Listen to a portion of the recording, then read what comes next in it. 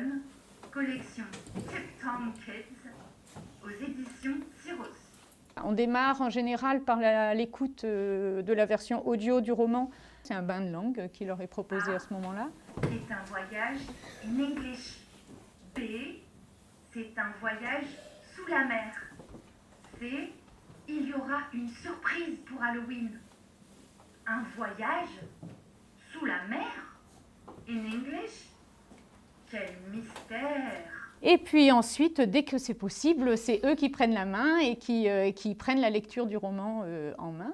Dans les premiers mois de l'année, c'est facilité par cette médiation entre l'écoute du roman audio, puis ma lecture à moi. Donc ils ont déjà repéré certaines choses, ils sont rentrés dans l'histoire, voilà, ça les aide un petit peu. Voyage mystère, la maîtresse nous a appris à nous présenter une English en anglais pour demander comment on s'appelle. On dit What's your name?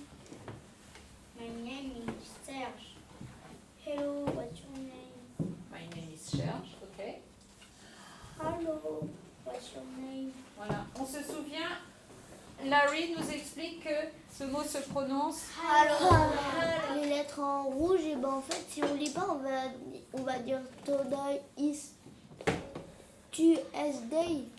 tout à fait. Alors que si on lit, bah, ça va être plus facile. Voilà. Larry, il est là pour nous aider parce que comme tu le dis, si personne ne nous dit comment ça se prononce, si on n'a pas appris, on ne sait pas.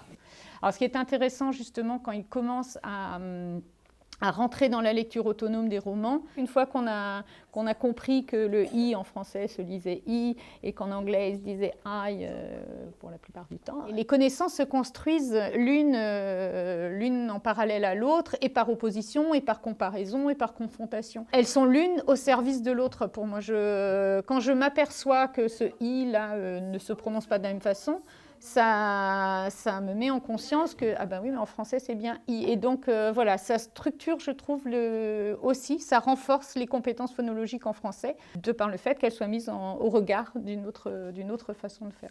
Donc, les deux se nourrissent en parallèle. Est-ce que c'est comme ça qu'on écrit Today?